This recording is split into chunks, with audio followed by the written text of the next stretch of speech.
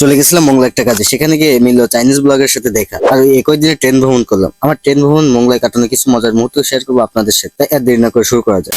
Hello ভাই brother and ভাবিরা, কেমন আছেন সবাই? মংলায় ভিজিটে রাস্তার পাশে চায়ের দোকানে গিয়ে দেখতে পেলাম লম্বা লাইন। দেখলাম কেউ একজন ভিডিও করছে। কাছে গিয়ে দেখলাম সে একজন চাইনিজ কন্টেন্ট ক্রিয়েটর। সে সবাইকে 20 টাকা করে খাওয়াইতেছিল। সেখান থেকে চিন্তা করলাম আজ ট্রেন ভ্রমণ করা যায়। তাই আর দেরি না করে চলে গেলাম মংলা রেলওয়ে স্টেশনে। আমরা যখন গেছিলাম রেলওয়ে স্টেশনে লোকজন খুব কম ছিল, কিন্তু মাত্র কিছুক্ষণের ব্যবধানে স্টেশন ভর্তি লোকজন হয়ে গেল। দীর্ঘ সময় অপেক্ষা করার পর 1টা 10-এ ট্রেন আসলো। সবাই উকি দিয়ে ট্রেন দেখার চেষ্টা করছিল। ট্রেন পাশ দিয়ে যাওয়ার সময় আমার বেশ ভালোই লাগছিল। ট্রেনে মানুষের চাপ ছিল অনেক। ঠেলাঠেলি করে উঠে পড়ি ট্রেনে। মানুষের ভিড়ের কারণে ভিডিও করতে পারলাম না।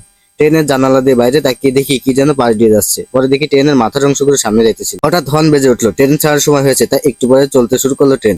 2 ঘন্টা অপেক্ষা করার পর যখন ট্রেন চলতে লাগলো, তখন এত ভালো লাগছিল ভাষায় প্রকাশ করার মতো না। মনে হইতেছিল দেহে নতুন প্রাণ ফিরে পেলাম। যদিও আমি ট্রেনে আগে বেশ কয়েকবার ভ্রমণ করেছি, তবে আজকের মতো এমন এনজয় আমি কখনো করিনি। ট্রেনের জানালা দিয়ে দেখলাম কাশবন। দেখতেই যাইতে মন চাইতেছিল, তবে কি আর করেন, আমি ট্রেনে ছিলাম।